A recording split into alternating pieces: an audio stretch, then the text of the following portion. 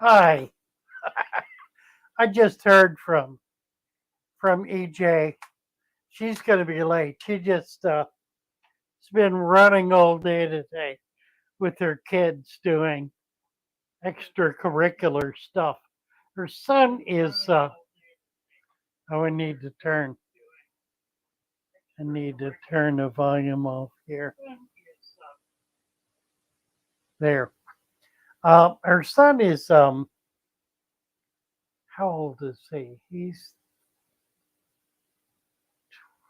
13, 13, I think, 12, 13. Um, he's he's an actor.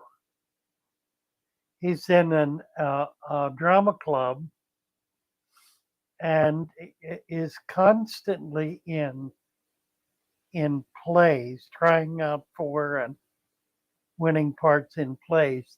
They had a meet today, and his group won the meet. So they're going to the state next weekend, apparently. So she's been taking she's now taking everybody home, and she will be along. I figured, what the heck, I may as well come up and just chat for a while. It'll be a while before she's here. Um, so anyway, that's what that's all about. What's going on fish wise? I am struggling to uh, to get some fish. I put 3 orders in, and so far so far nothing has arrived over a period of, I don't know, weeks. Hey, Chu, how are you? ABC Aquatics, Aquatic Biotome Creations. Sorry. Joseph is here. Joseph Ariando. Joseph is in the Philippines. ABC, Joseph. Who else? There was somebody else. Oh, Fish and Tactics. Right. Fish and Tactics is here. I have a fly that's been harassing me, and I'm going to kill the little bugger. Unfortunately, I don't have any fish to feed it to. Um, anyway, so that's kind of where I'm at.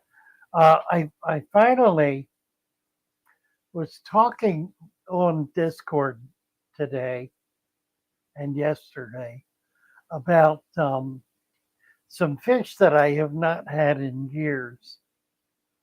And it reminded me of an old friend who lives in Texas, don't know what city.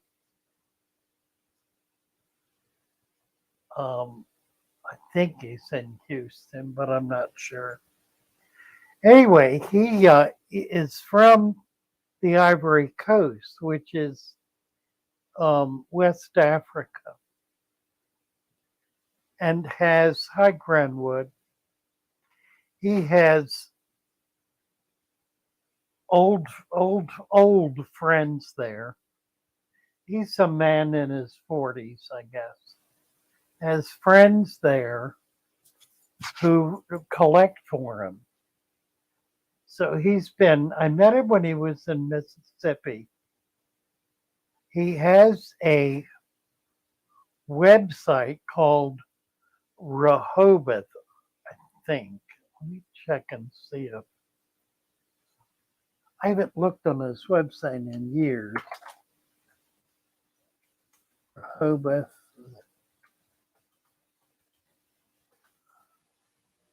Aquatics.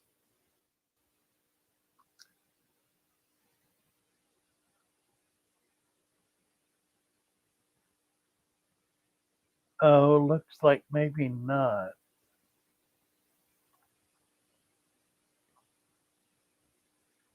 There's a Rehoboth fish house,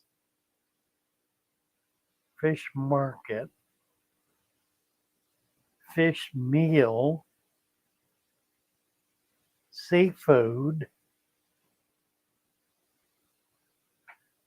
Rehoboth Aquatics. Here it is. He's in Humble, Texas.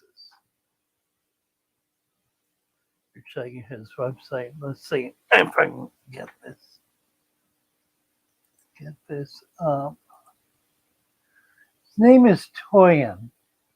Toyin. I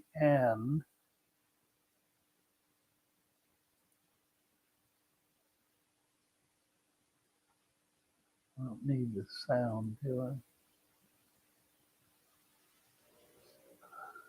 Well, I think I screwed up. I did. I clicked on the wrong screen. Let me do it again.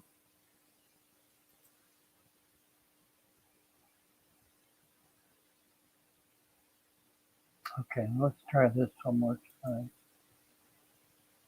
This will be worth the effort. Share screen. Which one? What is it?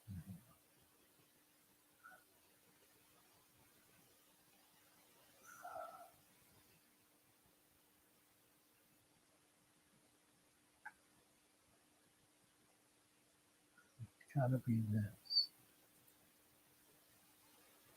Yeah, there it is. This is his Facebook page, Rehoboth Aquatics.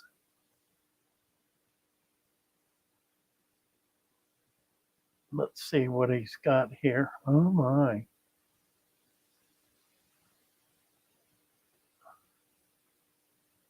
It's a little ancestress.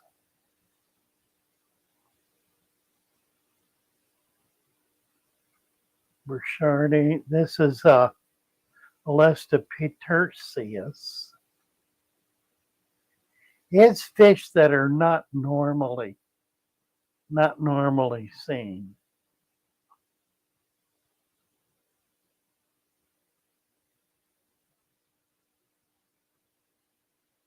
Oh, he's got South Americans.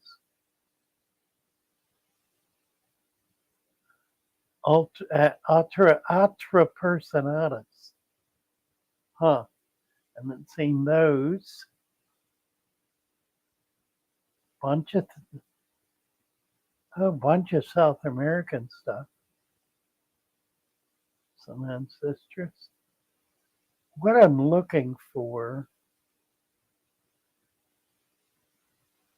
in the world of these. Oh, vampire shrimp.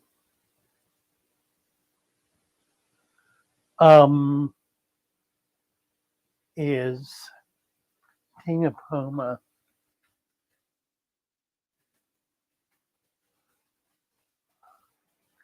I'm having a lot of trouble typing.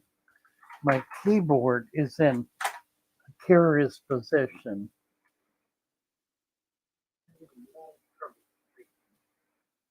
Keyboard is in, and I've managed. What have I done now?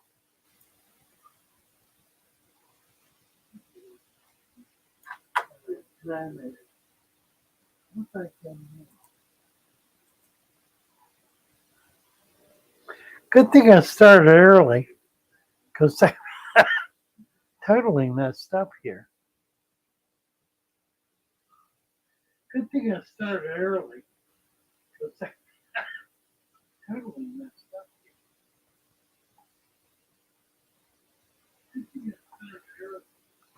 Yeah, I'm echoing myself.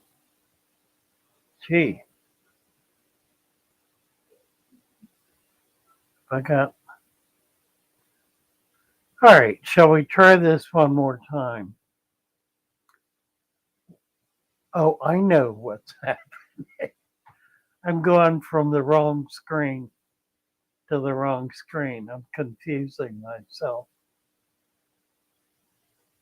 All right, let's see. I need to find it here. It's a Tinapoma. and citrus.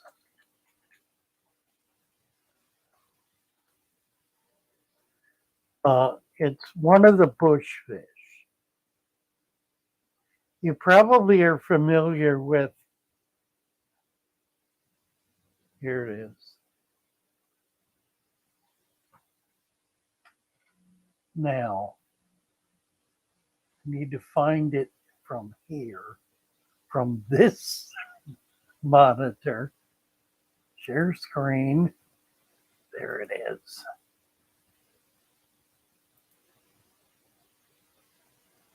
Okay. They get about 2 inches, if that, inch and a half, inch and three, maybe just 2 inches. It's a small fish. So it's a micro tenopoma. Actually, I'm calling it a tenopoma. It's referred to as a micro tenopoma or a micro bush fish. Anyway, I'm trying to get some of them. I got some from this guy. Whoa, 25 years ago or longer. Yeah, at least 25 years ago. So he's been doing fish for a long time. And I've not been in touch with him in almost 5 years. So now all of a sudden I'm contacting him by phone. I did get a response. I asked him about not this fish, but something else that we've looked up here. Let's see.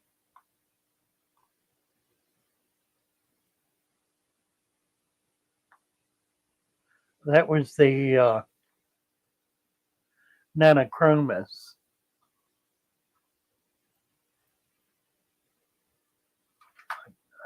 I asked him for the splendens. He asked me which Nanochromis I wanted. I told him any, and I haven't gotten a response back yet. But this is the Nanochromis. See if I can get a decent picture of one.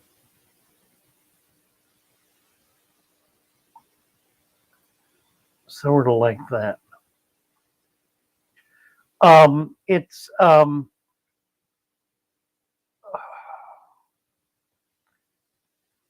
a riverine fish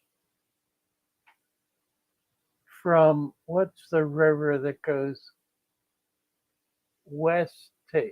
east to west in Africa.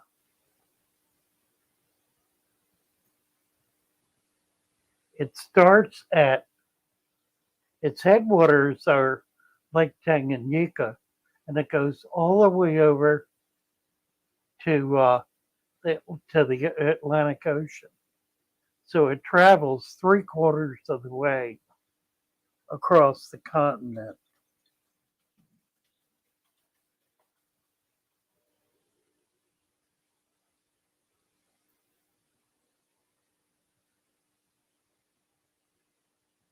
Oh, this is not going to be helpful. Okay.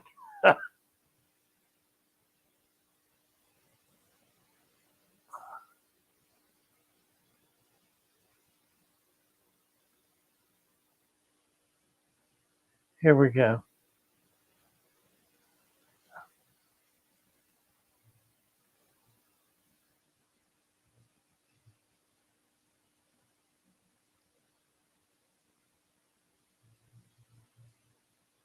The Congo River. It starts here in the South Atlantic, just below the bulge, and it goes. Here's waters. This map doesn't cover it all. Here are waters from Tanganyika, which is up here. There's Victoria, there's Lane, there's Tanganyika. So it feeds off of that. There's a, looks like it must be a canal that cuts across. It's also near Malawi. So Victoria, Tanganyika, and Malawi are the rift lakes, kind of in the middle of the continent.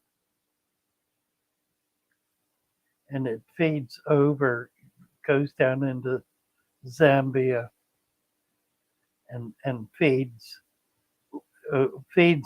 from Lake Tanganyika anyway. And that's where these fish are from. They're collected in the headwaters of the Congo River. So I've had debates with people about this fish coming out of the Congo, and they do come out of the Congo, but they don't come out of it over here. They come out of it over here. They're a fish that live in very rocky, fast water rocky areas, which is what's here. Let's see, we had, excuse me, now let's see if we can find a picture.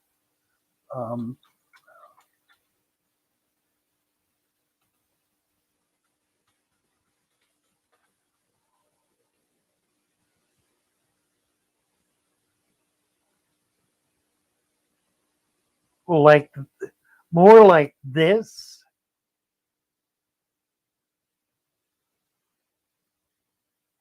Not like that.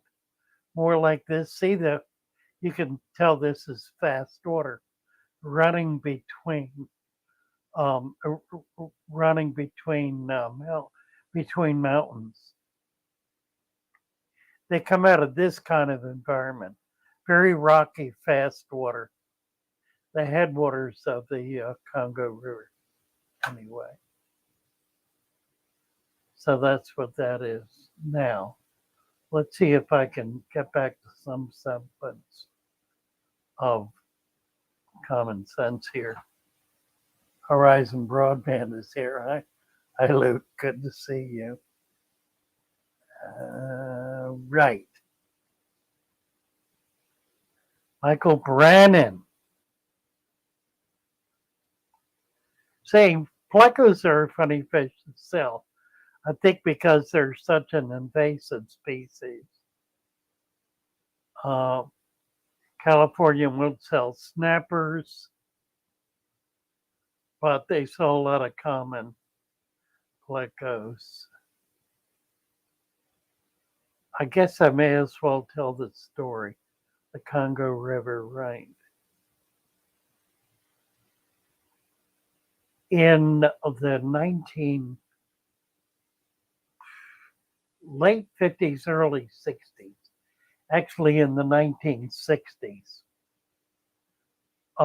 when the population of marketable fish was still being developed, there was a very common plecostomus that was being brought in from Central America and sold in the industry.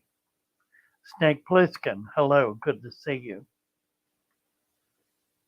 There were a couple of Spanish farmers, fish farmers, in the Ruskin area in Florida at that time who had family that were collecting in Central America and shipping these fish north. Well, they shipped pretty well, but what they realized very quickly is that they could breed them pretty easily in Florida and save the cost of shipping.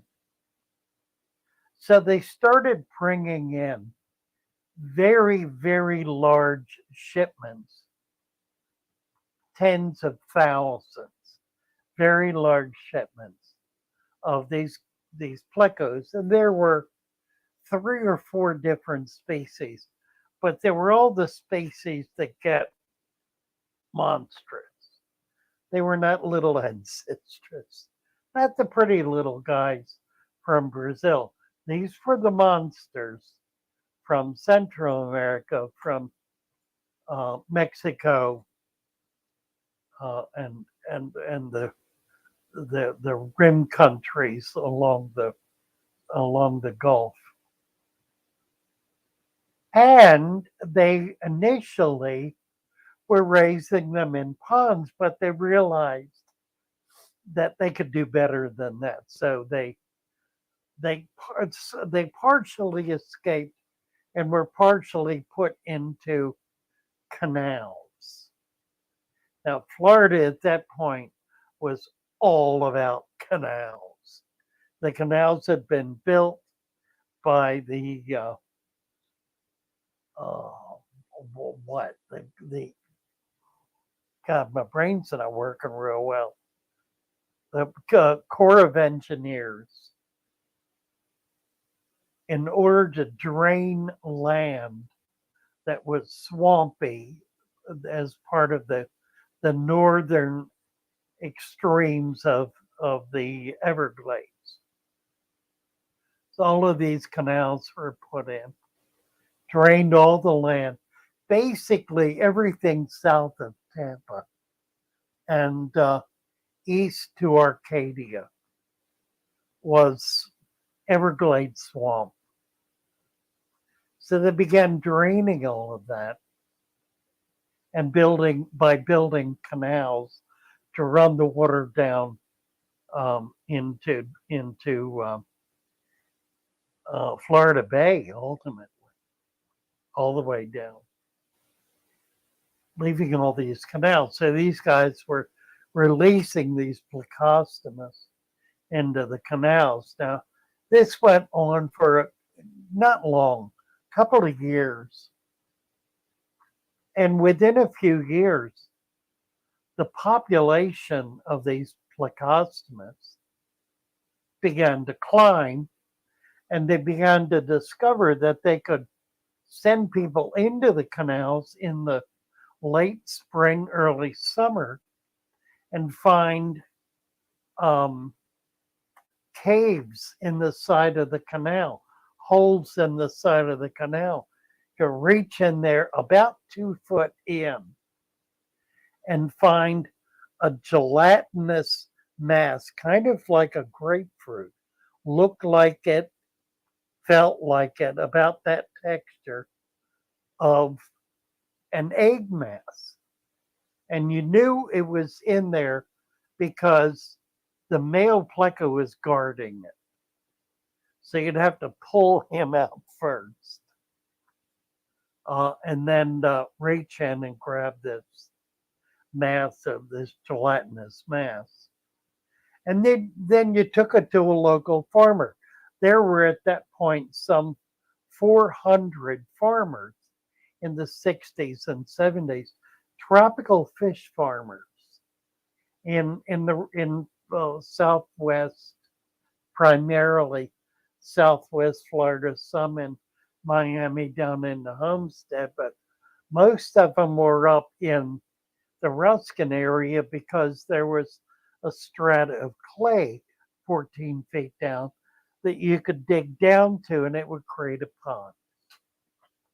So the people would go out, collect these eggs from early spring to midsummer, bring them in, sell them to the farmer. The farmer threw them in a pond, and they hatched out.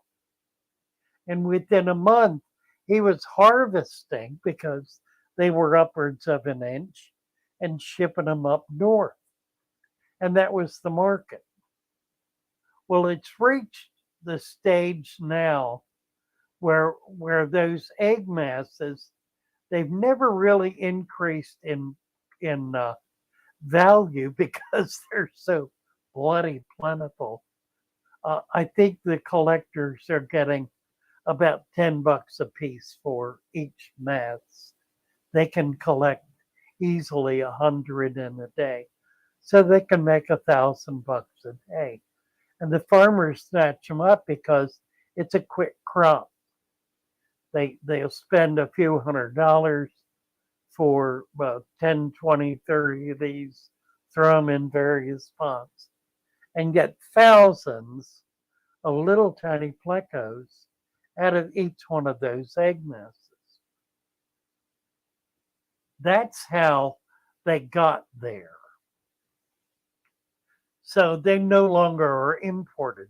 And there were, as I said, there were 3 or 4 species that have interbred. So there are no pure strains of them, but they're not the more desirable ancestris and other smaller species from South America there, and Central America for that matter.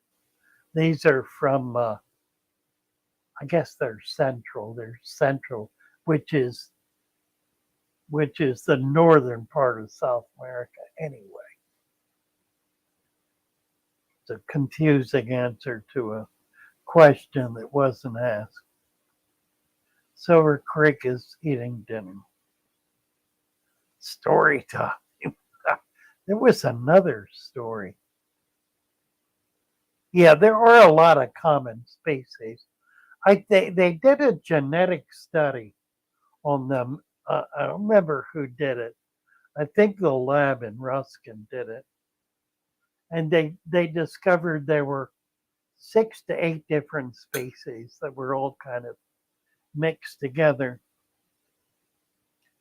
And of course, the problem with them is they get too big for a fish tank. So it's a very undesirable fish, ultimately. But it's still one that's sold by the millions every year because they are able to harvest them when they're little.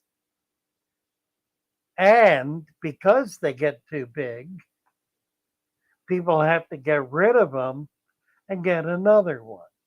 So it's it's a residual market, if you will. People they have to be replaced, even if they survive, and they're generally pretty good survivors. Where's EJ? EJ is taking children home. She will be along.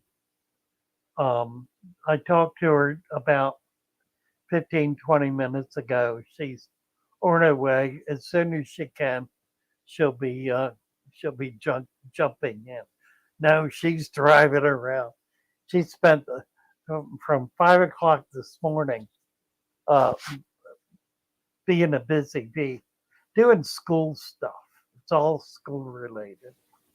She's working on the pond at school, and then her son was involved in a drama meet, and that's now ended. So she's taking some of the kids home, and she'll be with us. What time is it? Quarter after. Probably another 10, 15 minutes. She'll be along.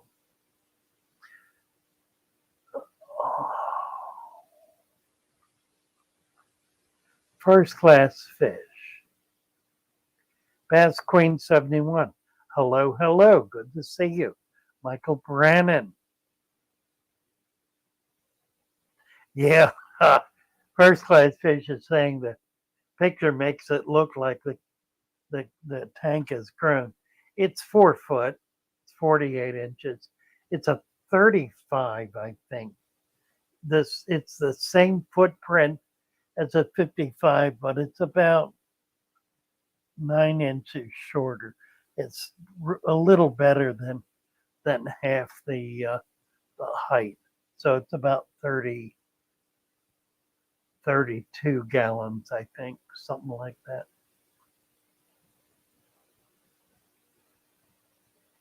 Let's see, I'm jumping back. Try not to miss anything. Jeffrey Boster. Hello, Jeffrey. Chunky Gecko. Goldfish too sounds like, yeah. Yeah. The reason goldfish have escaped is because they were used as fish bait. It's a very cheap fish. You get, little tiny feeders for, they wholesale at about a nickel for used to. I think they're up to a dime now, selling the shop for 25 cents and up. It does look long, does it? Nanoscape 30, 3D or 30. Yeah, it does look long on camera. That's funny, isn't it? I don't know why that is. It's peculiar. That's the end of it. Just that's 2 inches beyond my hand there, where you can see the end on top. Huge goldfish a fisherman caught. Well, it's a carp. Carp can get quite large. Carp can get up to 40 pounds or more. And it's a Chinese native carp that has been hybridized over literally thousands of years. It was hybridized during the Ming Dynasty, 1,500 years ago. Is that right? Barry Klein. Hello, Barry. You don't have a wrench. Gonna have to give Barry a wrench. There you go. Let's see if there's anybody else here. Best Queen. I went to North Dakota for vacation, and in 1 week the pleco tank is almost solid plants. So she's up to selling some plants. Yeah, it's a perspective disorder. There you go, first class fish. The fish hobby is one of the first hobbies. Yeah, I would say so. The Alex did a interesting piece of research on the elephant nose and discovered the elephant nose was being kept as an ornamental fish in Egypt 3,000 years ago. There were other animals that were kept, and I wouldn't really call it a hobby at that point. It didn't really become a hobby until the 20th century. Prior to that, well, that's not quite true because of the goldfish. What else? Guppies? No, goldfish in the Orient was hybridized, and the koi. The koi is again a hybridized animal. This is AJ. Hi.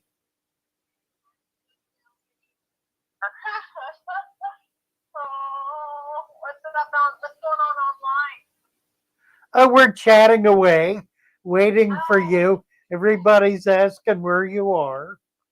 Oh, well, my house is a mess. My kid is like amazing in theater. And now next weekend, apparently, I'm going to be 12 hours into doing another 12 to 14 hours of my Saturday, hoping, well, watching my kid win the prize. Well,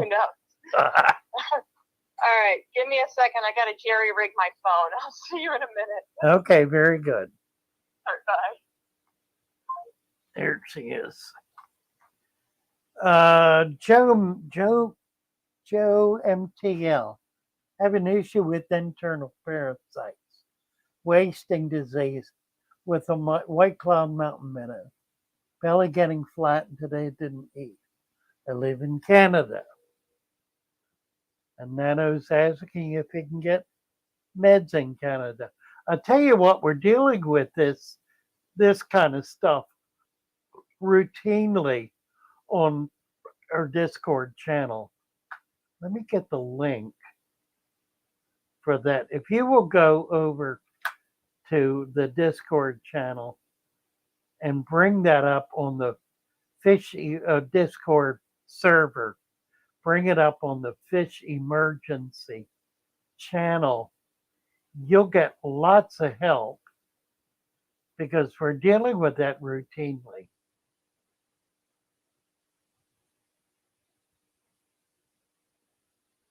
Okay. Here's the link. You shouldn't have any trouble getting over there and just kind of check that out. Oh,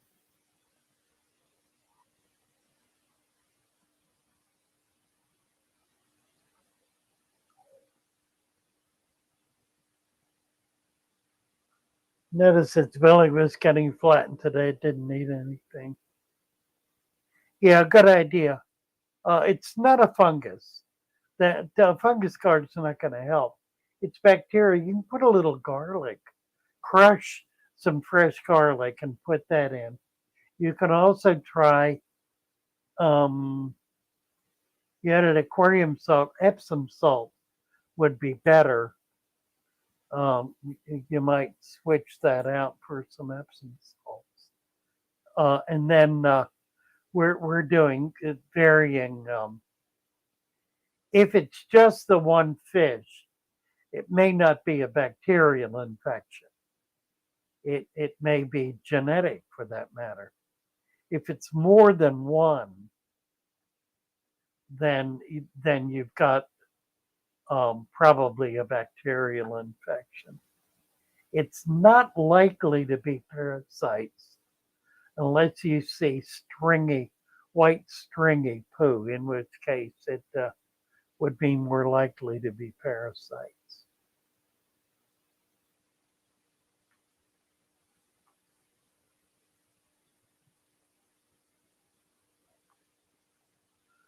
Oh, Nanoscape had a large elephant nose. I've had a lot of them. I sold them to a lab at Yale University for about a year. I sold, I don't know, about 20 of them a month for a series of experiments they were doing on lateral line disease in fish.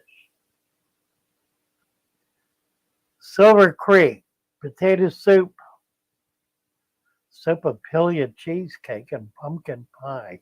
Whoa, whoa. Nanoscape, been looking for a low boy. Saw 60 Aqueon rimless cube. Yeah, I tell you, it's an easy tank to make because it's not a lot of pressure. If you go 12 inches deep front to back, you can go 6 feet long. The expensive part, of course, is the glass. So you want to call a glass company that will sell you glass. You should be able to buy 3/8 inch.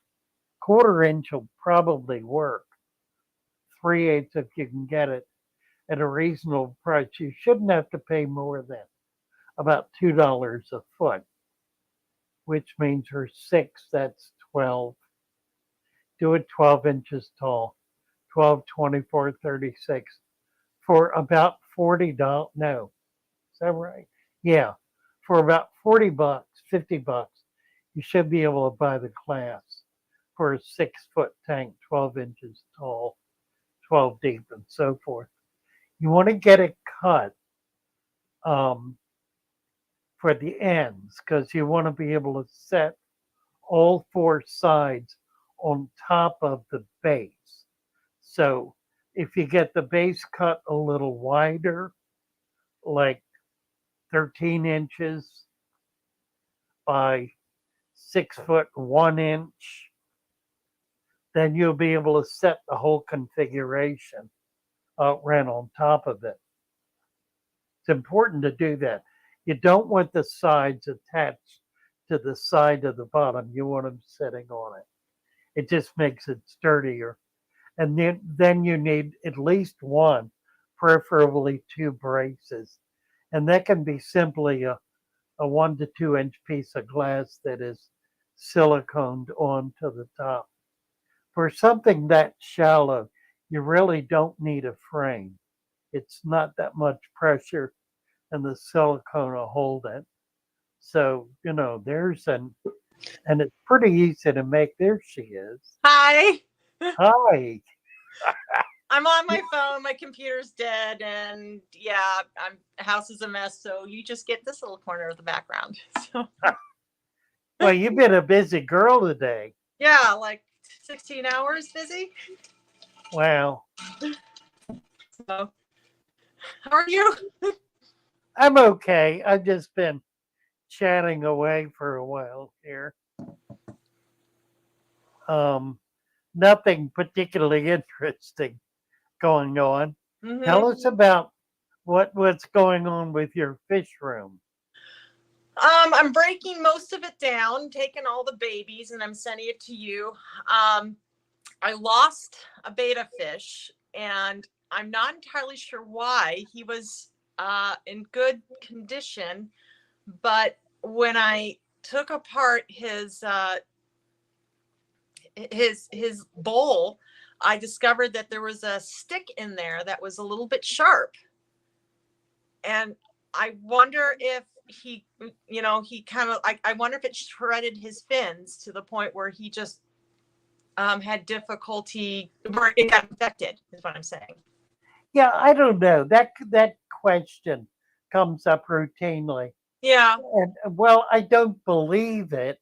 Uh-huh. It's certainly possible. So I don't have a definitive answer for whether fish can damage themselves on Uh-huh. sharp objects. Generally, I think they don't, but it's certainly I think conceivable. I think it did with his pectoral fins, because he's in an environment where he can hunt, and he likes those small little places where he goes in and out of. And I mean, I don't know how else. I mean, unless Yeah, it makes sense. and that it bothers me because if I had a pristine bowl with absolutely no sharp object, or really no plants, or like a sterile environment, I don't think he would have had as much fun. Well, that's true. That's true. So I don't know. Bass Queen. Yes. Bass Queen has got some flashing going on. That's Oh. generally a sign of ick. You can put a little garlic in. It's not going to really do the job. You need to raise the temperature to 86 degrees. Once you do that, the ick will be gone. Mm-hmm. But you want to do it immediately. If you let it go just a matter of 3 or 4 days, the ick will multiply to such a degree that you won't be able to stop it in time. Oh, I swear by that method, Father Fish. You saved my fish that day or that time. Yeah, temperature works. I swear. I mean, because before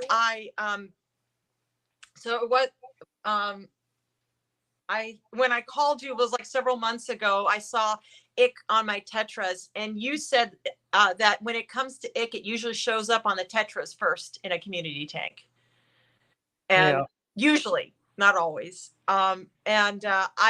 It wasn't my first round with ick, but this was like before I met you, when it was like first starting, and I got I went to, I don't want to name names, but there was this series of medicines that somebody that starts with an A and ends in an OOP swore by, these three methods, which was like ick, I see. and like, it was like Maricin and like another Paracleanse or something. Like, you put them all together usually, and it doesn't hurt the plants, and it's fine. And so I tried that, and it, it you know, it kind of killed the environment. I don't care if it wasn't the plants or Yeah, not. exactly. It just and it just killed. It wasn't great results, you know. I can't remember if I might have lost a fish or two. I don't know. I don't think I did, but the environment. It's almost like I had to regrow the ecosystem again. And I'm pretty sure I lost a plant actually or two. But yeah, when you told me just this time around, just raise the temperature, done. I could have kept the temperature at that level permanently, and it wouldn't have been You could have, yeah.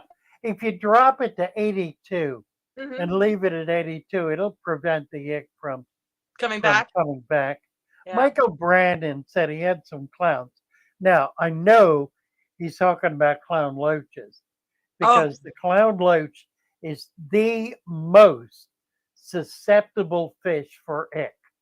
Yes. It's a scaleless fish that Yo-yo ick loach just, too. it's like a magnet. Mhm. They'll get it fast and within the second generation, Yeah. every single little bug in there is going to attach to them, and they it for whatever reason it takes longer to get them off Yes, I had that problem when I than did with other fish. Yeah, and it was actually for me. It reminds me.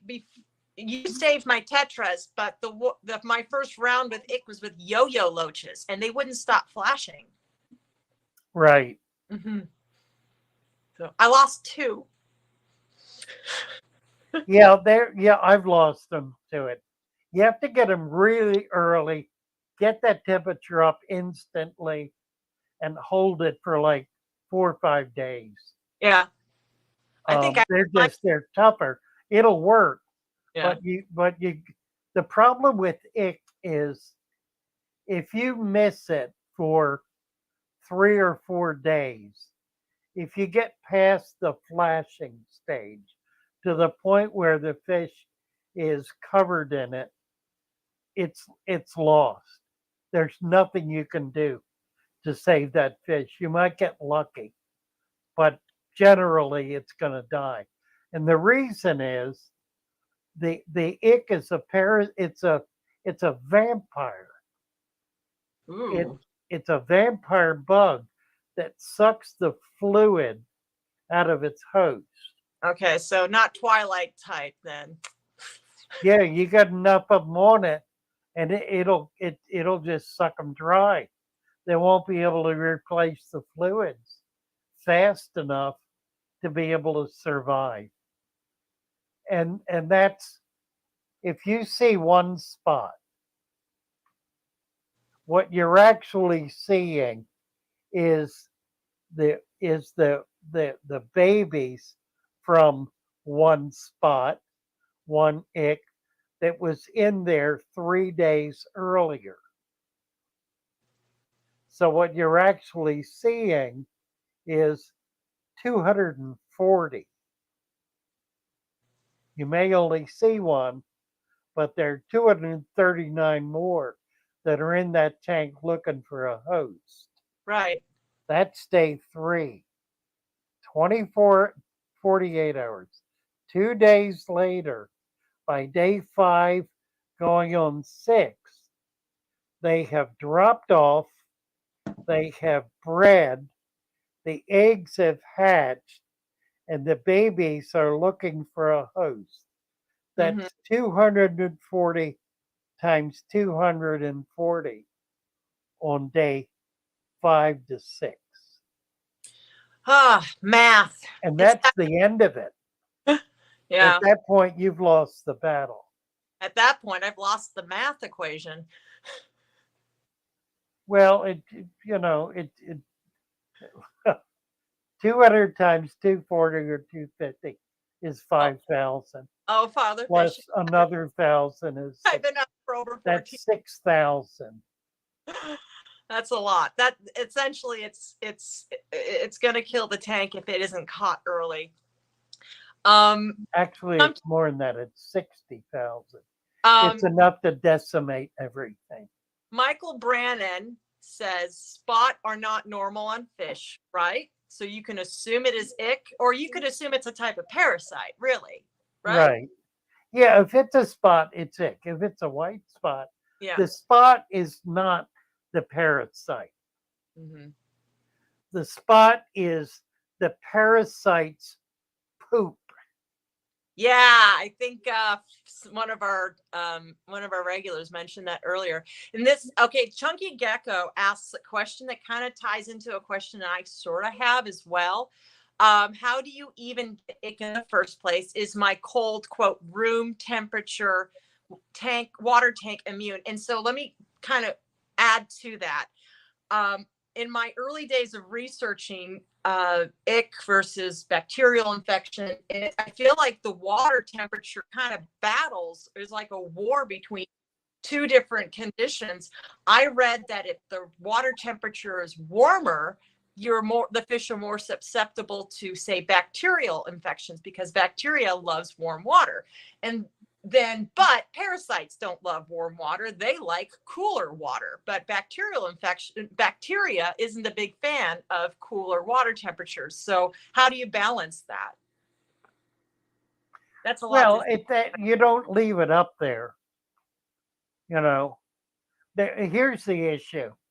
It's why I recommend garlic. Okay. Garlic is for secondary infection. Garlic doesn't kill the egg. Yeah. It kills the bacteria that attacks the wound created by the egg. Makes sense. Okay, so once the egg is dropped off, you want to bring the temperature back down, but I bring it down typically to about 82. One more thing about ick. It is a cold water parasite. It's not from South America. It's not from the Amazon.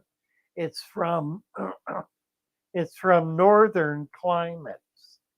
It's a parasite that attacks fish in North America, Europe, China, Germany. Yeah. There's a big fish trade in Germany. Huge. Oh yeah, right. So, that's why temperature kills it, because it can't tolerate real warm water. It lives in cooler water. First class fish has sort of an opinion. Roll it down. I think you give the best temperature for the fish, as that keeps their immunity up to prevent disease in the first place. So if you get something, I guess but if you get something, then you worry about the proper treatment. So essentially, first class fish, I think what you're trying to say is that, the temperature goes with what the ideal conditions of the fish. And, if something comes of it, then we deal with it, I think. But, keeping the fish happy and healthy, that's the first priority. Is that what I'm getting from you, first class? Right.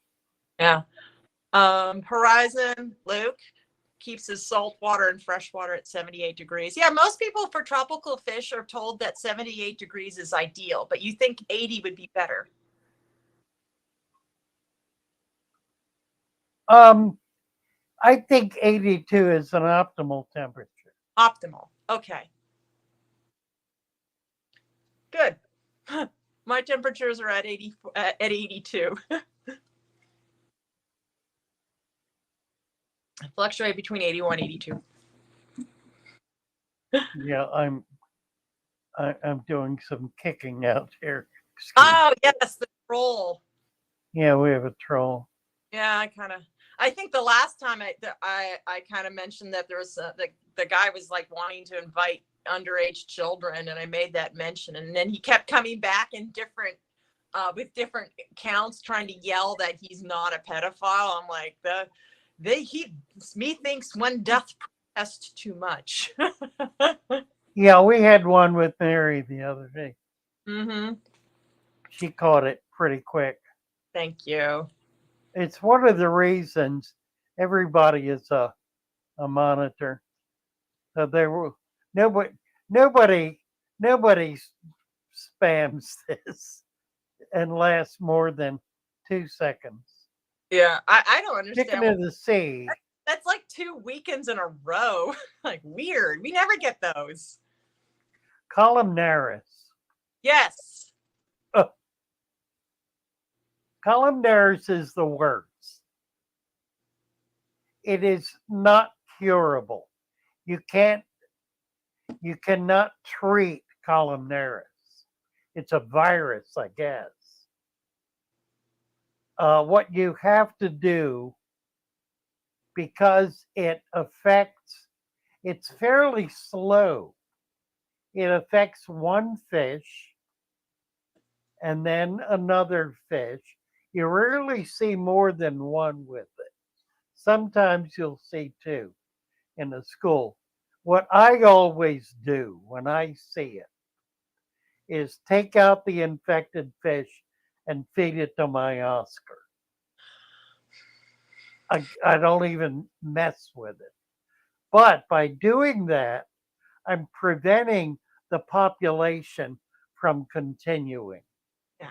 And just to So, be clear, the Oscar is not infected when he eats a fish with columnaris. correct.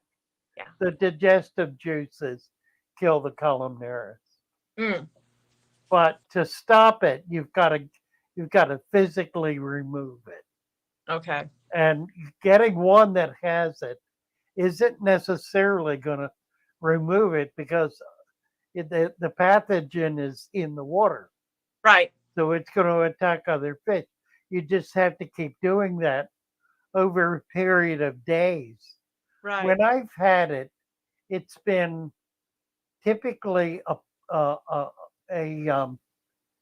population of a single species that came in with it, like whatever, tetras, maybe, I don't know what kind, doesn't matter, whatever. I saw just Yeah, like 25. I would buy 25 of that species. Guppies. Guppies get it. Perfect example. Neons also get it. You can see it. It's real obvious. It is a white band that starts right around the middle of the fish, typically on the top. Does it look like? Does it look like a? It's like a big spot, like a fuzzy, or that's more bacteria. It's not fuzzy. No, it's like the fish loses its coloration. Okay. It just becomes white, like dead white. Oh. And it's a band that kind of halfway surrounds the fish on top of it. When you see that, you need to get that fish out of there and flush it immediately. You can't save it. There will be more. You have to keep at it. If you keep at it in a population of 25, you might save half of them. You're going to lose the other half or more. You're not likely to lose all of them because there will be some that'll be more resistant. Right. Right. But you've got to get it down to the point where it's not continuing to go through its entire life cycle. In other words, if you get that one out that first has it, there's still some babies in there that are going to attach to some other fish. You keep taking them out until the population crashes because it can't go through its full life cycle. Mm-hmm. So that's how you're getting rid of it. You're stopping the life cycle by removing the pathogen before it is able to mature. If that makes sense. I hope that makes sense because that's probably the best explanation I've ever made of that problem. And it's nasty. Chicken of the Sea Yeah. has treated it successfully 3 times. What did you do, Chicken of Was the it Sea? was it columnaris then? Really? I don't know how she treated it. Uh, How um, did you treat it? yeah. I'm so sorry. Give me a second. My ex is here to pick up my son, and he's calling me, and all I have is my phone. So Okay, go for it. I'll be right back. Hold on. Let's see. First class fish. Yeah, generally speaking, there's no good treatment for it, other than to physically get rid of it. Now, you don't have to break the whole tank down. If there are no fish in there, it's not going to survive. In other words, it's not going to just sit there and wait for a month or even a week for another fish to show up. It'll die. It needs a host right away. If you deny that host or deny it the chance to complete its life cycle, then you can beat it.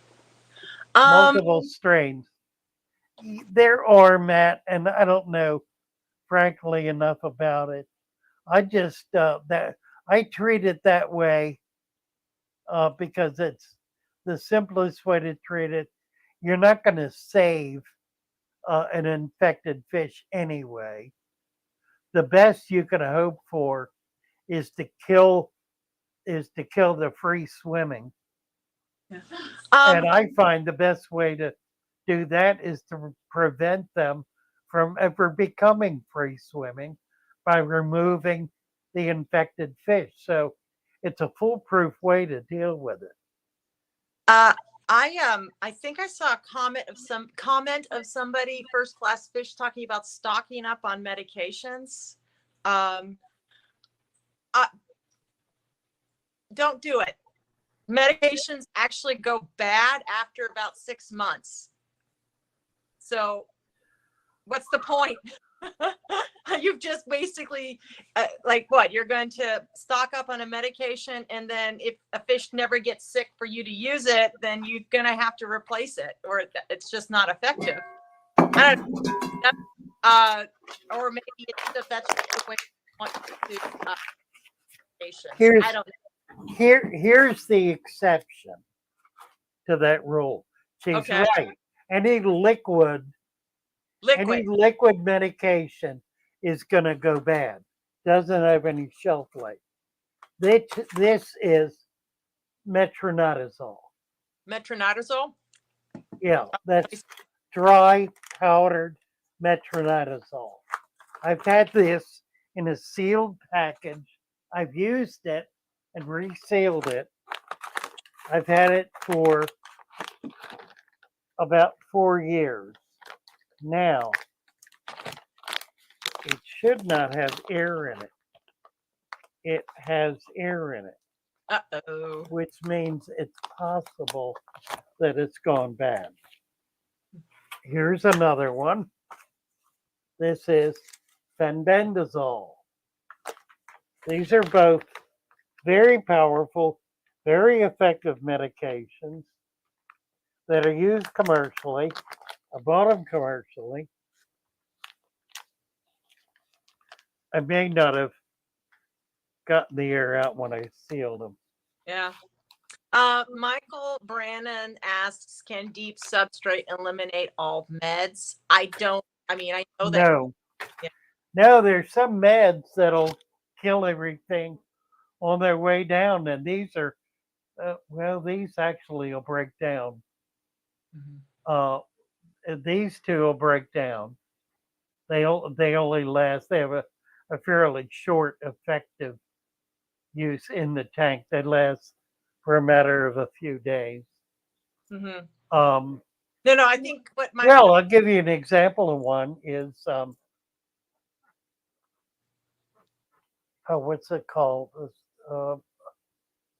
The embalming fluid. Okay. What is that? Embalming fluid? Yeah, what is it? What's the chemical? My brain's not working. I couldn't tell you. I don't have The dyes like methylene blue, oh, malachite green, I acroflavin, those will persist.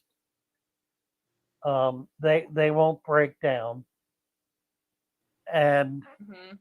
somebody, formaldehyde. Thank you, first Well, class. I thank you. I Formaldehyde will not break down. Well, you put it in there at a given level, and it'll literally kill everything. ugh, It doesn't stop killing. okay. Don't put formaldehyde in your tank, folks. Now, Uh, I'll tell you what formaldehyde is in. It's in Quick Cure. oh, no wonder that stuff kills my fish. Quick Cure is I know this because the man who invented Quick Cure was a longtime personal friend. He invented it in the 50s Okay. as a way of killing ick and other parasites in Hmm. salt water and then fresh water. It contains two things. It contains malachite green, which is a toxic cancerous dye, and it contains formalin or formaldehyde, which is used as an embalming agent because it kills all bacteria permanently. And now you have to jumpstart your ecosystem all over again. And that's just a pain because just when you get it right where you want it, and then everything. Right. So it kills, you use that stuff 1 drop per gallon, and you have just killed your tank. And I killed. It's also my plants too because some of the stuff that's Yeah, in it kills the plant. Keep well, in mind, stuff that this was developed at yeah. a time in the hobby when nobody was doing Hmm. balanced aquariums. Yeah, weren't they just doing? They were doing water and fish, and that was it. Water and fish. At a given point, you get rid of the water and put new water in. Take the fish out, put it in new water. Scrub the tank out, start over. That's the way we used to keep fish That's a when pain. they started coming in back in substantial numbers back in the 50s. I think we've come a long. Prior to that, here's what's interesting. What? Prior to that, my grandmother maintained balanced tanks. She started keeping fish in the 20s and earlier, I guess in the 20s in Germany, Mm. and then in the 30s here in the States. She always had a balanced tank. She always had guppies in the tank. Hmm. Never had another species of fish, just guppies. And they would multiply to the point of insanity.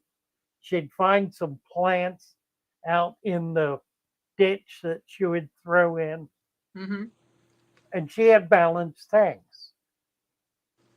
Now, she didn't do 3 inches of substrate. She had a 10-gallon tank. She Hmm. did 1 inch. So when I went to visit her, my job was to clean the tank, take Hmm. all the fish out, uh, rinse out I don't know what she used, sand, dirt, gravel, I don't remember. Whatever it was, we rinse all out, put new in, filled it up, and put the fish back in with some plants. That would happen a couple of times a year. And it was pretty When it gunky. though, I mean, the mud was pretty gunky. Tank was always clear. my ex did that with he had a common pleco that Oh yeah, really grew, but he also had a beta fish in there, and well, they got it. He got them when they were both tiny, So when the pleco was tiny, and obviously it started growing, but they were at one point he was growing. He was large, but he was in a 10-gallon tank, and it was, they were living, right? And then he decides to take the 10-gallon tank apart and he rinses all the gravel, completely sterilizes it, put the fish back in. The betta fish dies immediately. Right. Right. Be- Exactly. and consequentially, they have gone through probably about 20 betta fish since then. Right. Aquario Urbano. Nice Yep. to see you. In nature, when a fish is sick, it's food. Mhm. Absolutely right. I'll tell you something else Balance. that you may not know. When a plant is sick, it is food for insects. Oh, yeah. Are you But kidding? only when it's sick. Healthy plants are not attacked by insects. Oh, I can speak for that.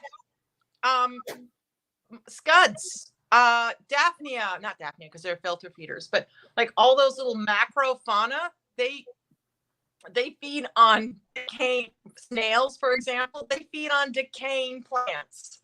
Right. Yeah, we had somebody over on Discord complaining about scuds eating all their plants. Nah, they And only we were, eat living plants if they don't have dead plants. right, right.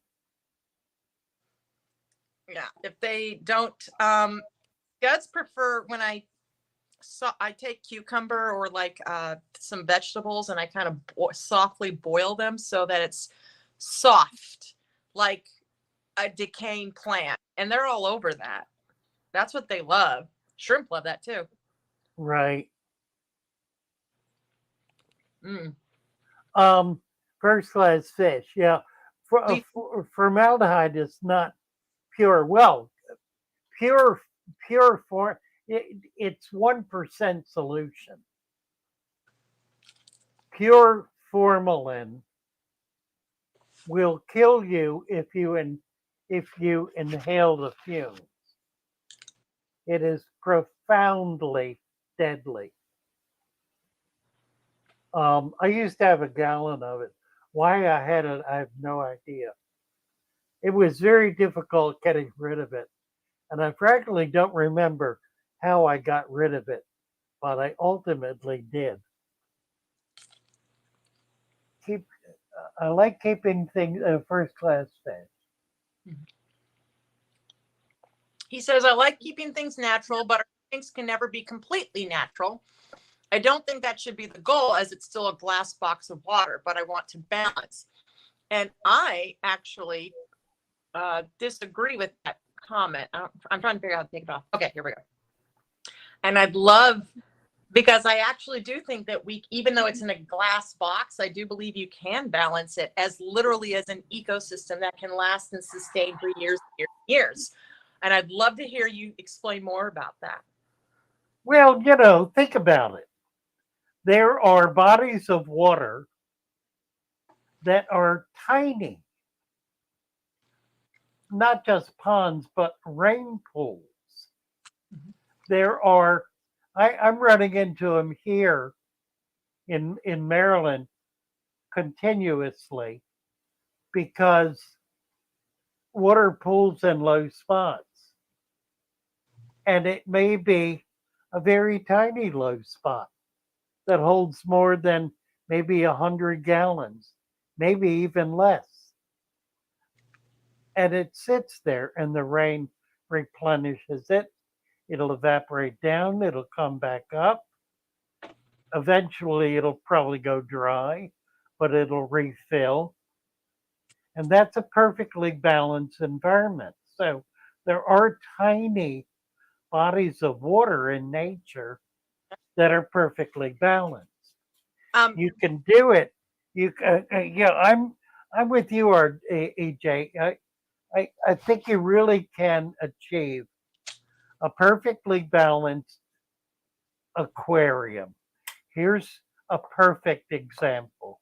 But real quick, I interrupt you for 1 second. I'm so sorry. First class fish says in nature, fish are more open or are in more open areas and not stuck close to mom kicking up or like a Cory digging around it. And that's not true. Cories breed after a rain. You can't even get them to breed in a regular aquarium unless they hear the rain, because they're stuck in a small pool of water. The rain comes, and there's a lot of fish like that. Please continue, Father Fish, please. Well, or it's sudden change in temperature. Sudden Well, change in temperature. can trigger breeding. Mm-hmm. This tank is 20 years old. Been set up for 20 years. Twice that three times that I'm aware of. Once when I got it, when it was about 5 years old. I've had it about 15 years. I drained it down to within an inch, moved it and refilled it. Once somebody dumped a can of fish food into it and it fouled. I drained it halfway down, refilled it. And then when I brought it here from Florida, I drained it down to an inch. I moved it and refilled it. The substrate has never been disturbed. I have added sand to it. That's why it's like 4 to 5 inches deep. But I've only done that one time. And it looks like it could use a little sand again. I've not had a filter on it in probably, my pump dropped in the water and I didn't replace it. It's been about 4 months, 3 to 4 months with no sponge filter in there. Mm-hmm. I don't have many fish in it.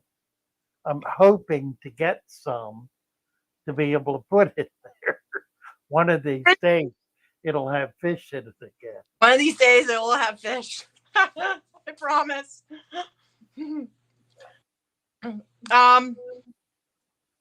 I think somebody was asking water change, first class fish water change. Yes, you could say water change, or you could say topping off because water evaporates. But there was a question earlier. Who said that? Luke, that's a good idea, Luke. I could sell little packages of this substrate. Oh yeah, you certainly could, and it would be a great jump start. Yeah. They actually sell what they call pond water online. It's essentially the same thing. That's the idea, right? Yeah. Exactly. So Chunky Gecko says, before we get to food, too late. How do we have a quarantine tank without using chemicals? That's a great question. Well, a quarantine tank is not a chemical tank. It's a new water tank.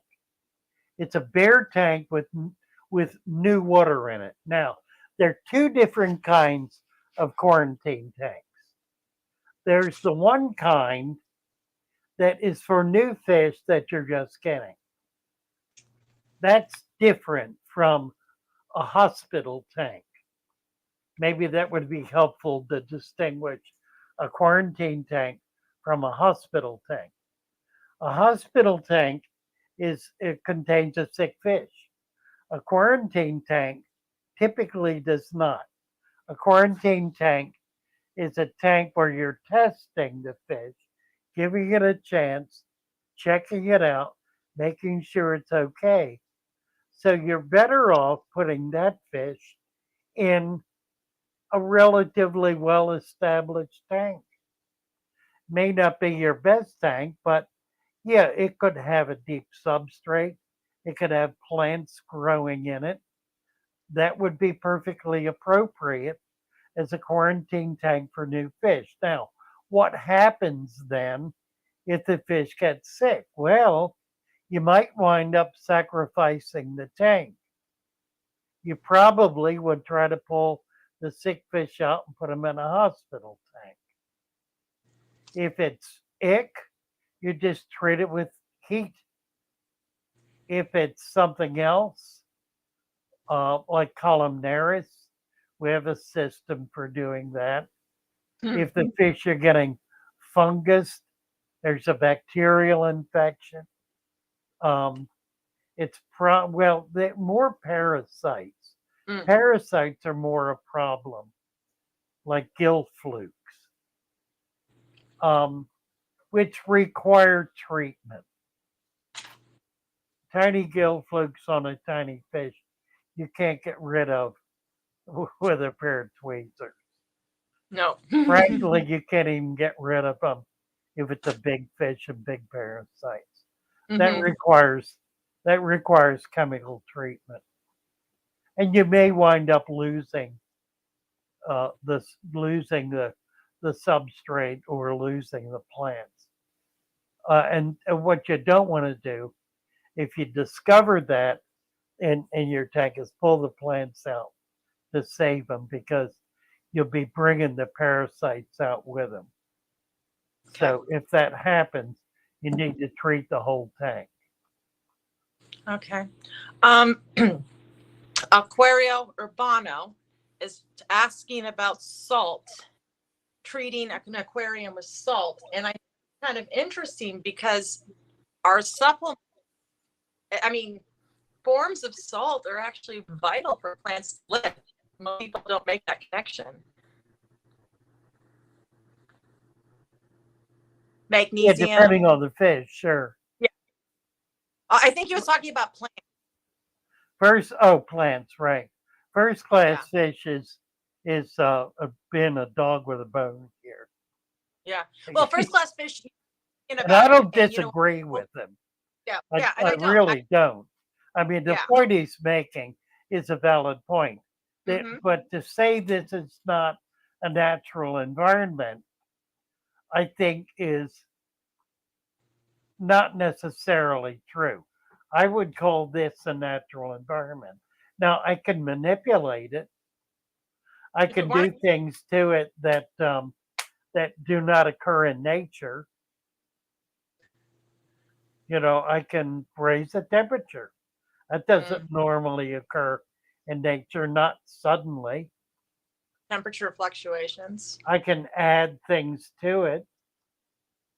I can take things away from it. You know, I Yeah. can fiddle with it, but that doesn't make it less natural. Yes. But I can leave it alone too. Yeah, you could.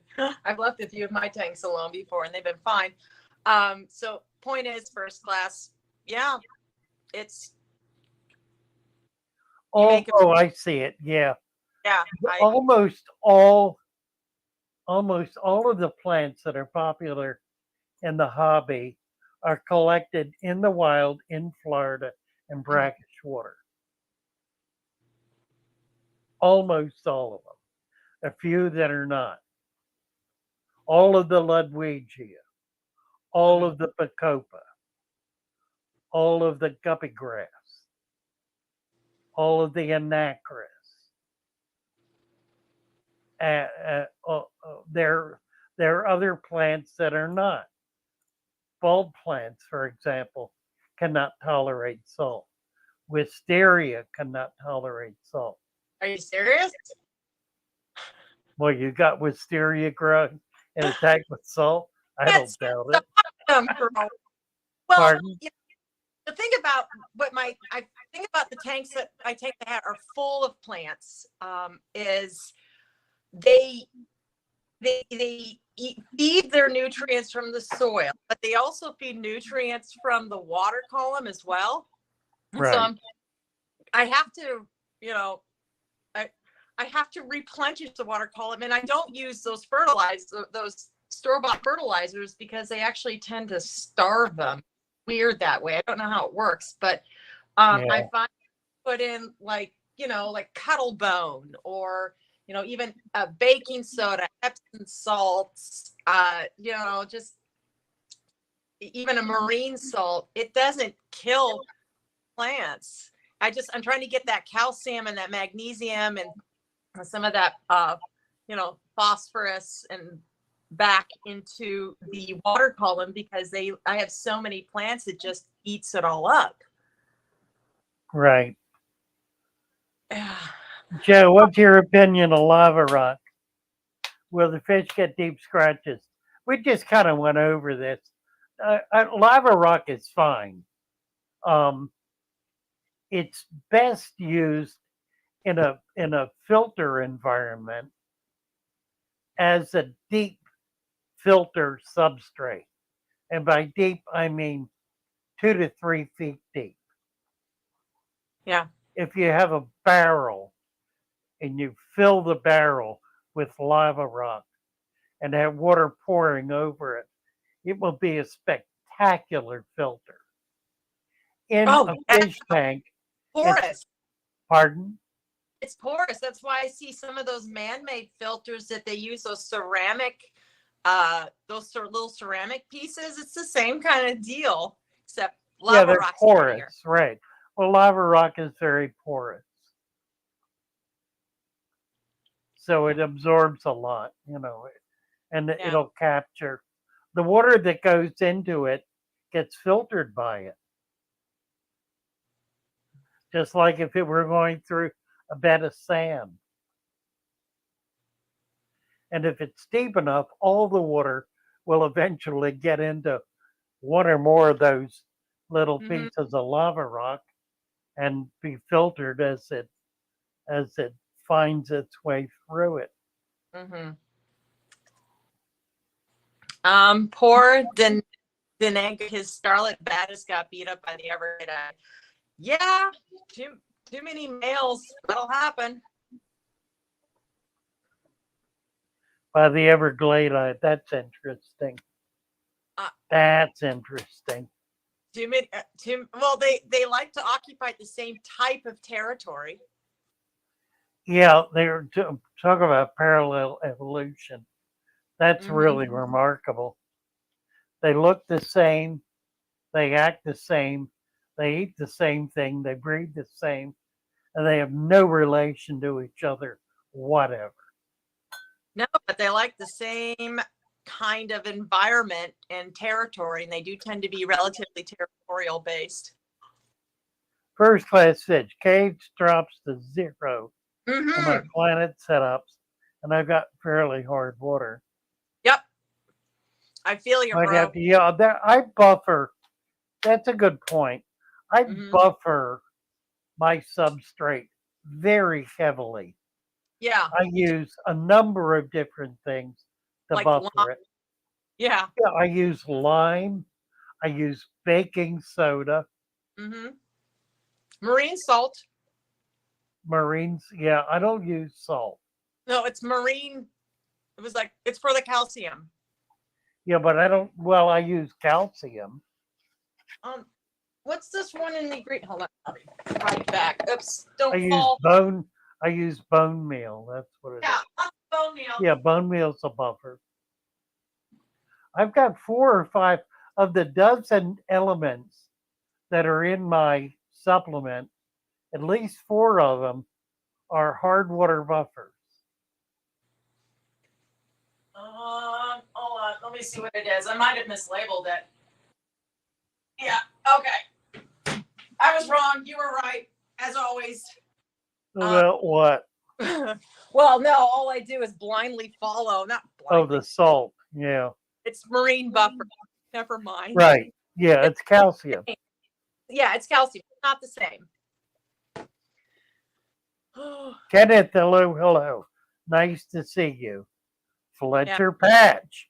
I've been adding humus from local rivers in my tank. There's a Cambrian explosion of life. None of those wigglers will try to escape my tank, right? Well, you never know. It's always possible. But good work, Fletcher. Well done. You are now wrenched. I'm thinking that when I set up this new tank, it's going to be a 10-gallon tank. I'm actually thinking about, because it's small, it's a small 10-gallon tank. That's not how small, it's a 10-gallon tank. Yeah, by the way, while I'm on it, First Class Fish has been bugging me on Discord about letting you know he wants Baddest. My God, I need to.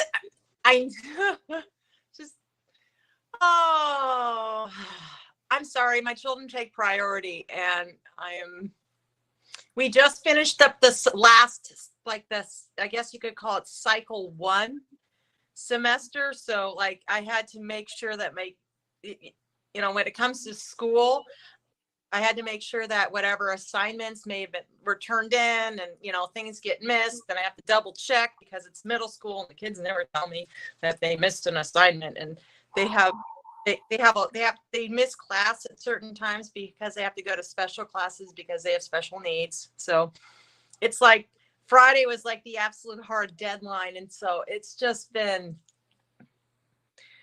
all right. I'm basically making excuses. Yeah, don't believe it. She's Yeah. like this all the time.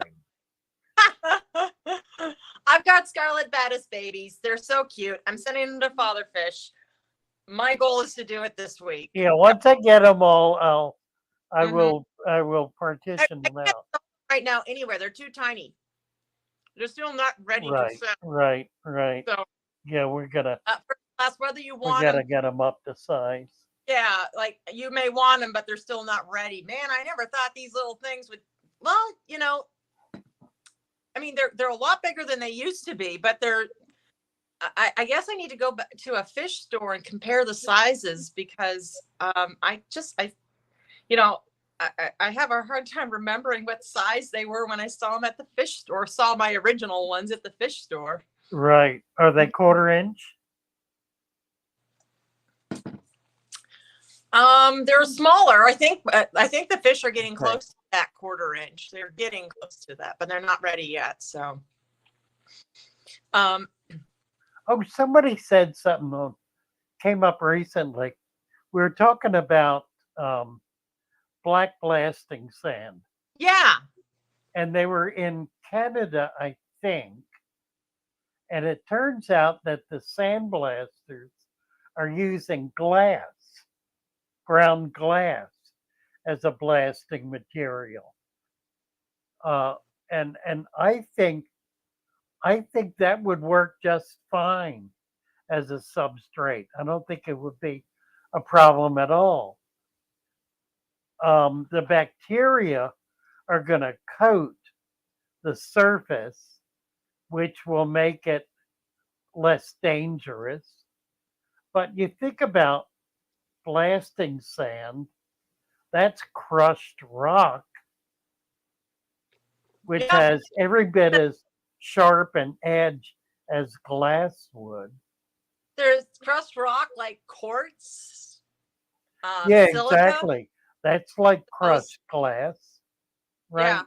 uh, silica is the most plentiful material on the planet. Sand, right. Well, Silica. silica. Yeah. That's right. Yep. Silica. Yep. I learned that in my materials engineering class. Mm. Yeah, and that's the best thing you can use for your tank is silica sand. That's what pool Yeah. filter sand is, typically. Well, I mean, sand is at Home Depot. It's silica based sand and dust. Yeah, I don't know how much of that Home Depot stuff is silica. The play sand. The play sand. You think? That's what it Oh, says. does it really? Yeah. Just not washed, I guess. Yeah. Unwashed. It's basically lazy silica sand. Right. Yeah, but no, it's completely silica based. I'm thinking though, with this 10-gallon that I want to put together, I'm actually thinking about getting a bag of crushed coral, the kind that you buy for cichlids. It'll buffer it. Yeah. I'm wondering if What kind of cichlid do you want to put in there? well, I don't necessarily want to put cichlids in it. I just, I want to put a ton of plants in it. Oh, I see. Yeah. I would not use a lot of it. You think I should just mix it? Yeah, exactly. Mix it in as part of the supplement. Okay. In fact, the that buffer you've got Oh yeah. is perfect. That's exactly what that is. Well, that was one of the ingredients in your videos. So, hey, y'all, Fatherfish has two videos. One where he lists all the ingredients, and another one where he puts it together. And yes, so you can either do that, or you can just, and then you'll have a large space, or you can just buy some supplements from Fatherfish, and that'll be easy. Yeah, I'm up to 12 supplements, I think, in the current batch. Uh-huh. Let's see. Denang is saying clay-based substrate will suck it in, store your nutrients for the stem plants. I'm not sure that's true. But clay is very nutrient rich. It's mineral rich. It is compressed. Yeah, it's compressed deposits of ancient seabeds. I don't know that it actually. See, here's the thing: clay doesn't really absorb. Yeah. It's too dense. If you put a ball of clay in water, you'll get some dissolving around the edges. But if you take it out 6 months later and rinse it off, you're still going to have that ball of clay, the same texture it was when you put it in. That's one of the problems with clay.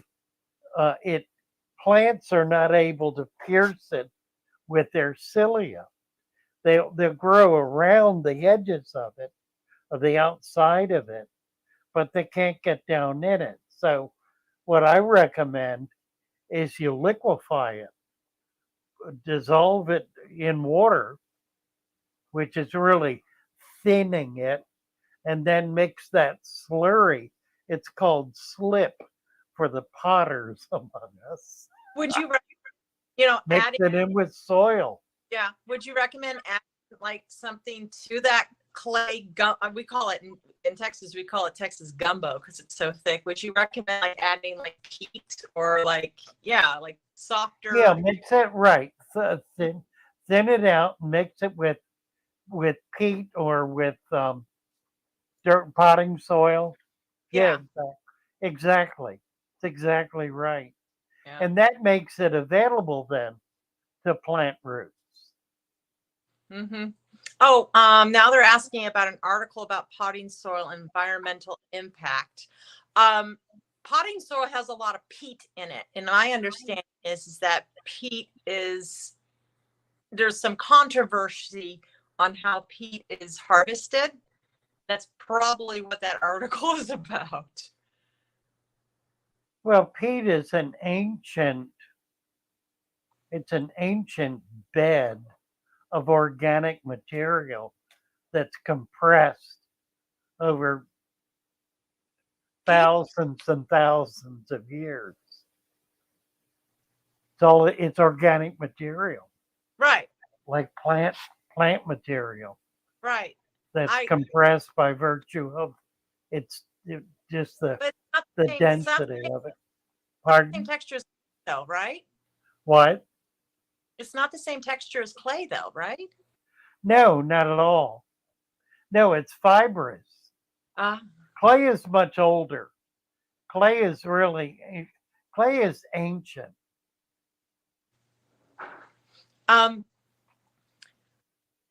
Peat is a bog material. Yeah. So I guess where the controversy comes into play is really the environmental impact and how you get by peat just harvesting it. Yeah, just by the because you're messing with the bog when you do that. Right. You're really destroying the bog. Right. I'm sure there is a harvestable way to do it, probably by skimming. Mm-hmm. If the bog is determined to be 6 feet deep, then you only take 2 feet of it. That allows it to replenish itself. And then you do it in a patch so that you're not repeating that same location more than once every 100 years or so.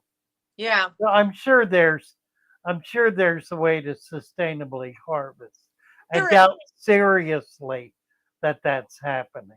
No, I mean, here's the thing is that there are sustainable ways to harvest certain things, but not every country that has that that can do that does it that way, which is my opinion why we shouldn't be buying those kinds of things from countries that don't care about their environmental impact, but rather buy it from countries that do. Frankly, the United States cares about their environmental impact.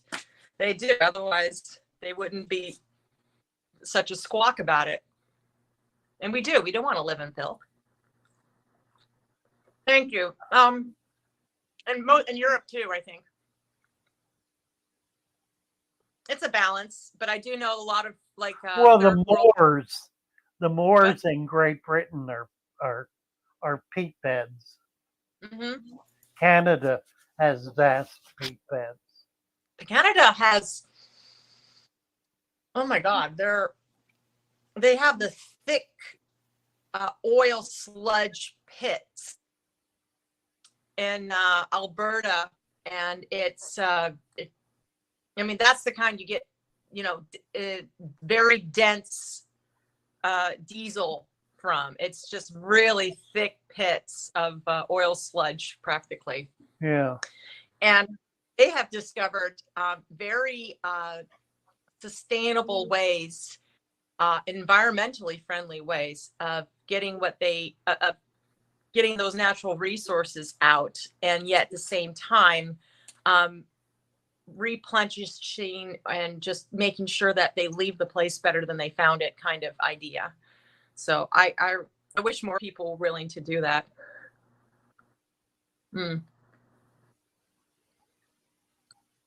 Interesting stuff. Quarry machines don't ruin everything. I promise you.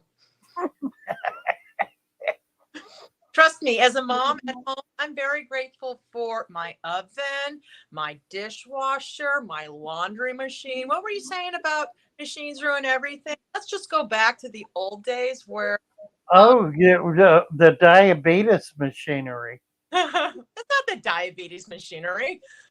Thanks to my refrigerator, I can keep things cold and they can last longer. My fruits and vegetables last longer. My eggs last longer. I'm just saying. Right. I get it. Yeah. All right. I'm not anti-machine. I'm anti unsustainability. That's all.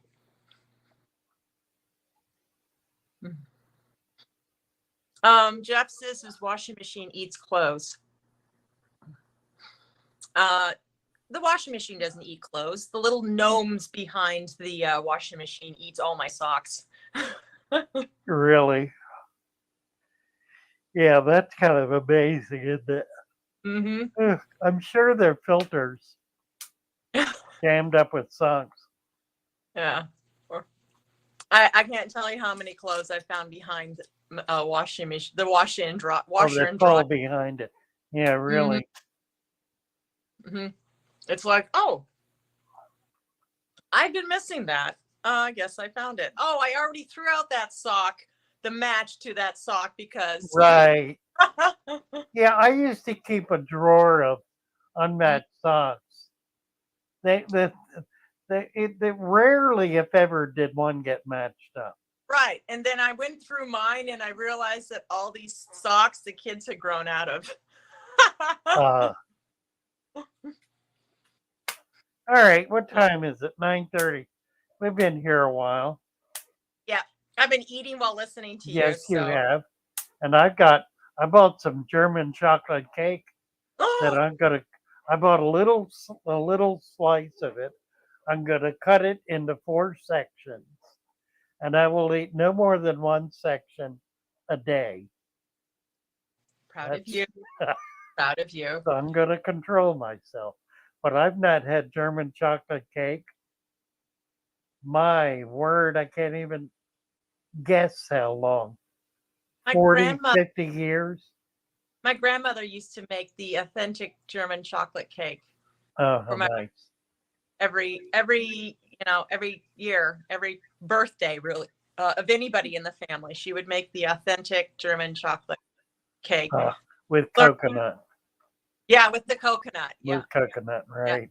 learned from her mother, and that is why I'm 58% German. Right. Yeah, yeah. Actually, I am too. Both of my grandmothers were German. Oh, Luke wants to know if you're going to share. Absolutely. And First Class wants to go hunting for the troll that takes that one sock. We need to solve that. Right. Also, Absolutely. Luke's German. Sketty Nona. Hello, Sketty. She balls them up and uses them as dryer balls. I actually give those old socks, especially the ones that my kids have grown out of, the ones that you can't find the match for. And I find that my kids grew out of them. So what's the point? I give them to my daughter, who then in turn turns them into like clothes for her bearded dragon. For her what? She turns them into a sweater for her bearded dragon. Oh, I know what you were saying. It broke up. Oh, I'm sorry. Her clothes for her bearded dragon. Yeah, right. I did get that. She turns the socks into clothes for her bearded dragon. Yes. And when she had a hamster, she too. Really? You know what I want to get? I want to get, boy, it's horrible getting old. The brain just doesn't work anymore. That's also sad. What's the little prickly? Oh, hedgehog. Hedgehogs, right? Yeah. I had a lot of hedgehogs when I had my shop. Yes. And I just loved them. They were such fun. Oh, I love them too. I want to get them again. I want to get little ones, the small one, not the big one. The little one. I want to get some more hedgehogs. Oh, they're real easy to breed. They're easy to breed. They're absolutely adorable. But I always feel guilty because these things need to exercise and they need to be stimulated. They literally can run, or you don't think so because you need to let them. Yeah. You need to let them loose. Yeah. You don't think so because during the day they're just snoozing in a ball, but at night, right? They run like when they escaped at my shop. I had populations of them. I would go down in the middle of the night with a flashlight. Yeah. And I'd be able to catch them. They're not all that fast. No, the one I had was fast. And he was an escape artist. And my husband, he gets restless at night. So he's like he's built like a football player, 6'1", 6'2" guy. And he's like half asleep. Gets up in the middle of the night, and a couple of times where he put his foot down and he was met with prickles. Oh no! Yeah. Oh no! No, it was fine. He didn't step on it, but it was not a surprise he wanted. The hedgehogs live 3 to 4 years, I think. Yeah, about the same life cycle as a hamster, just a little bit more interesting. Yeah. Yeah. Yes, First Class. Rats do actually make very cool pets if you can get past the tail. But I had a rat. You have to have a single rat. Don't believe if you really want to bond with a rat, don't put another one in the cage. Make sure it's just one you interact with it all the time. Yeah, that's really true. Mm-hmm. Otherwise, they do not prefer your company. It's less choice. It's resort, but they do want company. So I had a single when I was in college, and she would just hang out on my shoulder and steal my chicken nuggets. And then later in life, I think I had a friend who had 2 rats, and they were completely uninteresting because they were more interested in each other. Right. Mm-hmm. So let's see. First Class fish. Save for another stream. There's a woman working with hermit crab sustainability. And she's breeding them with just breeding them. Yeah. That's crazy. That is crazy. Hermit crabs are collected. There's some in Florida. There's some in Colombia. They collect And them here. there's some, yeah, they collect them in Florida. But the Florida ones they don't do as well as the Colombia ones. They're Interesting. different species of hermit crabs. I know they collect them here, like an hour from here in Texas, Gulf of Mexico. Right. Yeah. There was a guy in Florida who made a profession of hermit crabs. He's the one who created the cages that are in all the resort areas. And he found that the hermit crabs from Colombia, they lived better and they were more active during the day and were just generally more successful than the Florida ones. I was at a reptile show and they had some hermit crabs. That'll be neat. Yeah, I'd love to see the setup because they have to breed in water. I mean, they spawn in water. Yeah. Well, the babies are born in water. They were actually a saltwater. They're a saltwater animal. Yeah, they were telling me at this hermit crab setup that, you know, the stuff you see at Petco and PetSmart, the setup that they sell, it's inhumane. The hermit crabs need about as much space as truly a hedgehog as well. Like they need space. They also need saltwater and freshwater. They need both. They need both. And I don't know. You're right. It is a conversation for another night. It is. But that's agreed. Go on. That's a good one. Yeah. That's a great one. All right. Love you guys. Thank you all so much. Thank you for having. Delighted to be here. Let's see. Today's Saturday.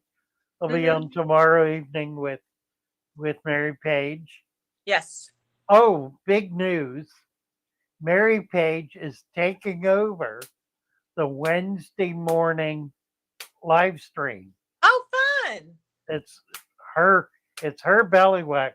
Last week I could not make it. I had a doctor's appointment.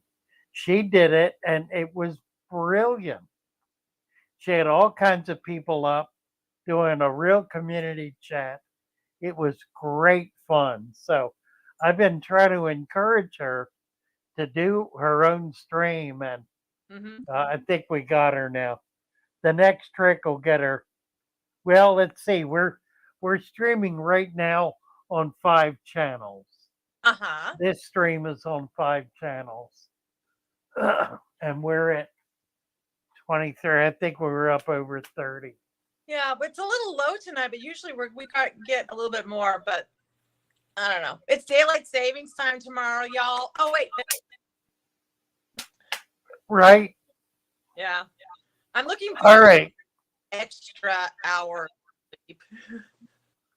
To go forward or back? It goes forward. Oh, get an hour. It's the spring where we die, and lose an hour. Right, what? Goes forward. All right, guys. Love you all. Oh yeah, Monday evening at 7 is the old farts, the old fish farts sounding off. Wednesday is Mary. Thursday is more fish farts. Saturday we'll be back here. Love you all. Love you all. Bye for now.